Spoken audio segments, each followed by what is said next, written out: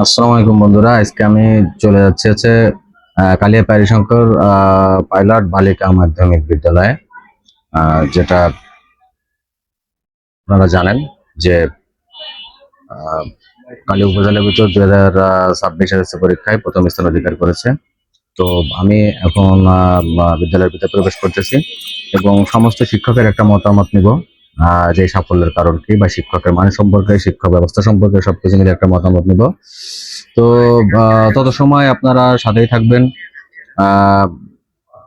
সাথেই থাকবেন এবং শিক্ষকদের মতামত, যৌক্তিক কিভাবে কি তাদের। হ্যালো, আসসালামু আলাইকুম বন্ধুরা, কেমন আছেন? আশা করি সবাই ভালো আছেন। আজকে আমি আহ, উপস্থিত আছি কালিয়া প্যারিশঙ্কর বালিকা মাধ্যমিক বিদ্যালয়ে। তো আপনারা সকলেই জানেন বা শুনেছেন, কালিয়া উপজেলা, নড়াইল জেলার কালিয়া উপজেলার যারা আছেন তারা অবশ্যই শুনেছেন যে এসএসসি পরীক্ষা 2026 এর যে ফলাফল। তো কালিয়া উপজেলায় সর্বপ্রথম অর্থাৎ প্রথম স্থান অধিকার করেছে হচ্ছে এই কালিয়া প্যারিশঙ্কর বালিকা মাধ্যমিক বিদ্যালয়, যার পাশের হার হচ্ছে 86.49%। মূলত এই যে পাশের হার, এই যে পাশের হার, এই পাশের হারের অন্য অন্য যে প্রতিষ্ঠান আছে সে প্রতিষ্ঠান এই প্রতিষ্ঠানের ধারের কাছেও নাই। দ্বিতীয় স্থানে আছে কালিয়া সরকারি পাইলট মডেল মাধ্যমিক বিদ্যালয়, যার পাশের হার হচ্ছে 73.91%। তো আজকে আমি এই বালিকা মাধ্যমিক বিদ্যালয়ে আসছি বিভিন্ন শিক্ষকদের সাথে, যত শিক্ষক আছে সবাই সাক্ষাৎকার নেওয়ার জন্য, যে আসলে তাদের শিক্ষার মান এত ভালো বা এত উন্নত হওয়ার কারণ কি, কিভাবে তারা গাইডলাইন করে স্টুডেন্টদের, কিভাবে অভিভাবকদের পরামর্শ দেয়, সে সমস্ত বিষয় নিয়ে কথা বলবো। তো এখন আমি সর্বপ্রথম চলে আসছি বর্তমান যে সহকারী প্রধান শিক্ষক, যিনি বর্তমানে প্রধান শিক্ষকের দায়িত্ব পালন করছে, শেখ শাহিদুল ইসলামের কাছে। তো স্যারের সাথে আমি একটু বলছি। আসসালামু আলাইকুম স্যার, কেমন আছেন? জি জি জি। তো স্যারের কাছে আমার প্রথম প্রশ্ন, আচ্ছা স্যার, এই যে এসএসসি পরীক্ষা 2026 যে ফলাফল আপনাদের যে বিদ্যালয়ে প্রথম স্থান অধিকার করলো, তো সেই ক্ষেত্রে আমরা দেখেছি যে অন্য অন্য যে প্রতিষ্ঠানগুলো আছে, শিক্ষা প্রতিষ্ঠানগুলো আছে, যেটা আপনাদের পাশের হারের ধারের কাছেও নাই, 11 বা 12% নিচে কালিয়া সরকারি পাইলট মডেল মাধ্যমিক বিদ্যালয় শিক্ষা প্রতিষ্ঠান যে প্রথম স্থান অধিকার করলো, এর আসলে রহস্য কি, বা আপনারা ছাত্রদের কিভাবে গাইডলাইন করেন বা পরিচালনা করেন, পরিচর্যা করেন, যদি সংক্ষেপে একটু বলতেন। ধন্যবাদ। আমরা মূলত এইবার নয়, প্রতিবার পাবলিক পরীক্ষায় হয় প্রথম নয় দ্বিতীয়, এভাবে আছে আমাদের ফলাফল। প্রায় সববারই মূলত আমাদের স্কুলে আমরা 10টা থেকে 4টে পর্যন্ত ক্লাস পরিচালনা করি।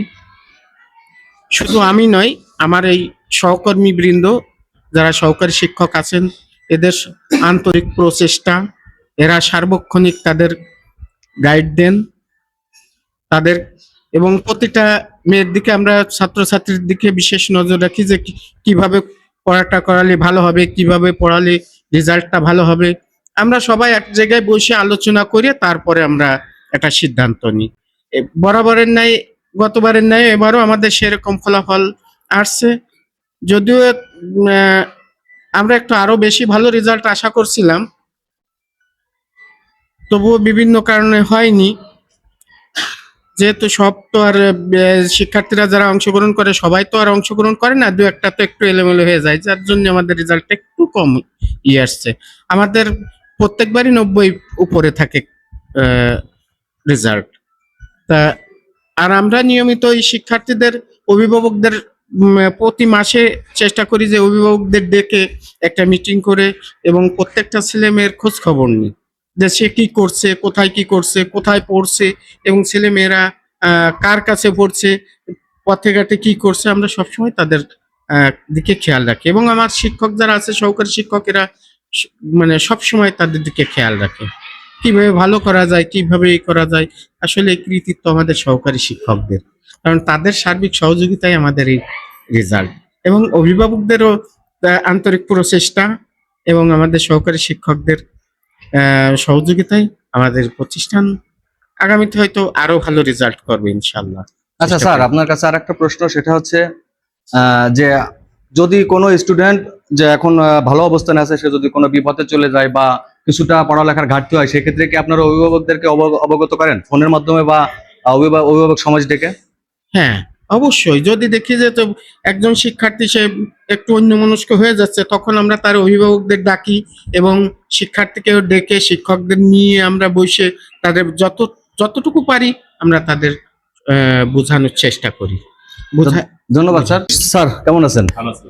জি, স্যারের কাছে আমার প্রশ্ন, আচ্ছা স্যার, শুধু এই বিদ্যালয়ে না, এই বিদ্যালয়ে প্রথম স্তর অধিকার করছে সেটা ঠিক আছে, কিন্তু বাংলাদেশের গড় হিসাব করলে দেখা যায় যে বর্তমান যে সিচুয়েশন, যে অ্যাভারেজে টোটাল গত কয়েকবারের তুলনায় ফলাফল খুবই নিম্নতম। তো এই বিষয়টা আপনি আসলে, আমি যদি বলি যে শাসনটা তুলে নেওয়ার কারণ হতে পারে, আমি যদি বলি যে এর আগে যে টার্মগুলো ছিল যে শতভাগ পাশের যে বিষয়টা, যে 96%, 98%, এমনকি 99% কোনো কোনো প্রতিষ্ঠানে পাশ করছে, বা অভিভাবকদের অবহেলা, এই আপনি আসলে এই যে কারণগুলো, যে অবনতি হওয়ার যে কারণগুলো, আপনি আসলে এই সবগুলোকেই আপনি কি প্রাধান্য দেবেন, নাকি কোন কারণের কারণে বলতেন? ধন্যবাদ প্রিন্ট মিডিয়াকে। আজকে আমাকে কালিয়া প্যারিশঙ্কর মাধ্যমিক বালিকা বিদ্যালয়ে আসার জন্য আমি সাংবাদিকদের ধন্যবাদ জানাচ্ছি। কারণ 2026 সাল নয়, আরো অন্য বিগত দিনও আমাদের স্কুলের রেজাল্ট ভালো। আর আপনি যে প্রশ্ন করেছেন, প্রশ্নটা হলো যে এই রেজাল্টের এই খারাপ দিক কেন বিভিন্ন জায়গায়, শুধু আমাদের না, সারা বাংলাদেশে। আমি মনে করি বর্তমানে যে যুব সমাজের একটা অবক্ষয়। আর আগে যে শাসন ব্যবস্থা ছিল, স্যারদের হাতে বেদ ছিল, স্যারদের ভয় পেত, কিন্তু সেইটা উঠে গেছে। কিন্তু আমি বেদকে যে বড় কিছু মনে করছি এমন নয়। ছোট বাচ্চাদের বা এদেরকে ভালোবাসা দিয়ে আমরা নিতে পারি। কিন্তু একমাত্র বিভিন্ন যে মিডিয়া, যেমন বিভিন্ন যে বর্তমানে যে যে এইগুলো রয়েছে, ইন্টারনেটে যে ব্যাপারটা রয়ে গেছে, যে আমাদের ফেসবুক বা বিভিন্ন এইগুলো প্রতিটা ছেলের হাতে, ছেলে বা মেয়ে, ইয়াং ছেলে পেলে বা এই ছাত্রদের হাতে এটা দেখা যাচ্ছে। এরা এইভাবে বিভিন্ন রকমের তাদের ওই খেলাধুলার মাঠে না গিয়ে তারাই এই বিষয়গুলো বেশি অবগত হচ্ছে এবং লেখাপড়া থেকে বিচ্ছিন্ন হচ্ছে। শুধু তাই নয়, যদি ছেলে মেয়েদের যদি খেলার মাঠেও নিতে পারতাম, তাহলে অবশ্যই ওরা ওই সময়টায় খেলার মাঠে এবং সহযোগিতা মনোভাব প্রকাশ করতে পারতো। কিন্তু ওরা না করে বিভিন্ন সময় বিভিন্ন রকম এই মাধ্যম দেখছে, এতে তারা বিপদগামী হচ্ছে। আমি মনে করি যে এই সুষ্ঠু ব্যবস্থা করার জন্য যে প্রশাসনিক এবং আমরা যারা শিক্ষকরা আছি এবং যে যে অভিভাবকরা আছে, সবাইকে আমাকে সম্মিলিত প্রচেষ্টা থাকতে হবে এবং ছাত্রদেরকে অবশ্যই বিদ্যালয়মুখী করতে হবে। এবং আমরা প্রতিনিয়ত আমাদের বিদ্যালয়ে করে থাকি, আমরা অভিভাবক সমাবেশ করে থাকি। আমরা যে ছাত্ররা পিছিয়ে থাকে তাদেরকে আলাদা ক্লাসের ব্যবস্থা আমরা আমাদের স্কুলে করে থাকি এবং তাদেরকে মাঝে মধ্যে আমরা বিভিন্ন ক্লাস পরীক্ষার মাধ্যমেও তাদেরকে আমরা উৎসাহিত করি। তা আমি চাইবো এই যুব সমাজকে অবক্ষয় থেকে রক্ষা করার জন্য বিভিন্ন নেশা এবং এই যে মোবাইল নেশা, এগুলো থেকে বিরত থাকতে হবে। আর শাসন, হ্যাঁ শাসনও কিছুটা থাকতে হবে, সোহাগও করতে হবে। শাসন শুধু শাসন করলেই নয়, তাদেরকে সোহাগ করে আমাদেরকে কাছে আনতে হবে। ধন্যবাদ আপনাকে।